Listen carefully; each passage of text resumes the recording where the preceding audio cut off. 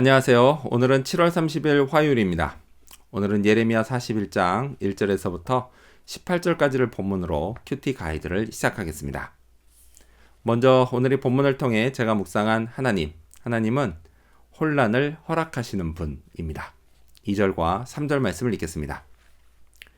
그다냐의 아들 이스마엘과 그와 함께 있던 10사람이 일어나서 바벨론의 왕이 그 땅을 위임했던 사반의 손자 아히감의 아들 그데랴를 칼에 쳐 죽였고, 이스마엘이 또 미스바에서 그데랴와 함께 있던 모든 유다 사람과 거기에 있는 갈대아 군사를 죽였더라.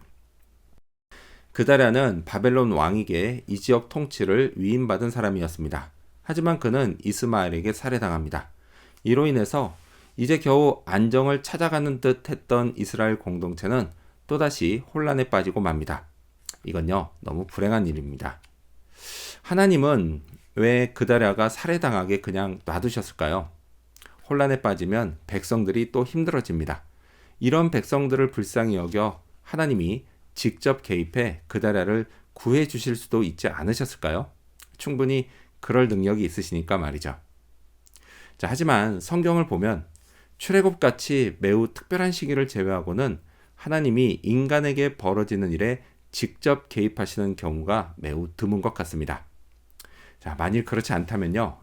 그리고 자주 개입하신다면 기적이라는 단어는 상식이라는 단어로 바뀌어야 할 겁니다. 하나님은 혼란이 벌어지는 걸 그냥 내버려 두시는 것 같습니다. 하지만 이건 방치가 아니라 허락입니다. 분명한 목적이 있으시기 때문이죠. 하나님의 목적은 혼란 없음이 아니라 그 혼란을 통해 백성들의 믿음이 커지는 것입니다. 자, 그렇다면 계속해서 오늘 이 본문을 통해 제가 발견한 인간의 모습, 어떤 게 있을까요?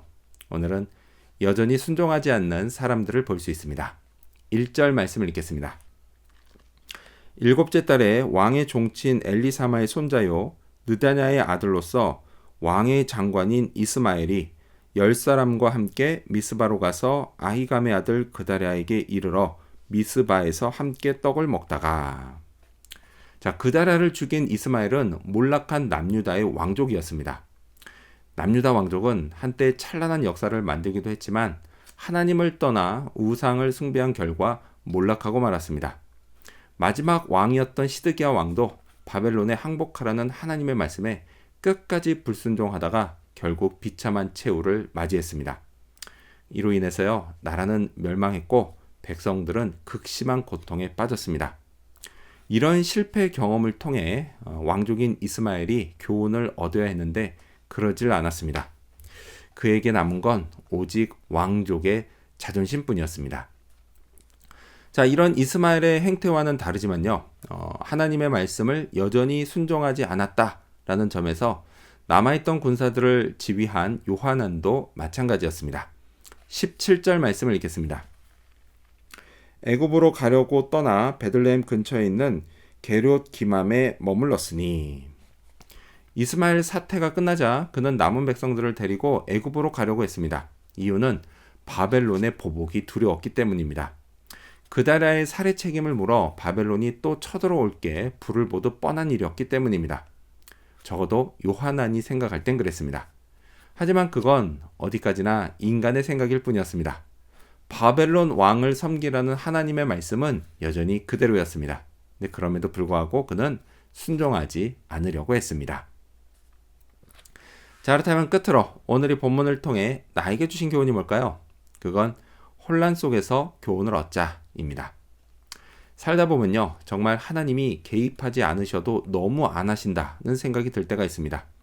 제가 고통스러운 일을 당할 때도 그렇고, 또 주변에 돌아가는 일이 이건 해도 너무 한다는 생각이 들 때도 그렇고, 또 너무 빨리 타락하는 세상을 보면서 종말이 가깝구나 라는 걸 피부로 느낄 때도 그렇습니다. 이럴 땐 무슨 생각을 해야 할까요? 하나님이 왜 개입하지 않으실까라는 생각을 해야 할까요? 아니면 하나님의 목적이 뭘까라는 생각을 해야 할까요? 후자를 생각해야 합니다.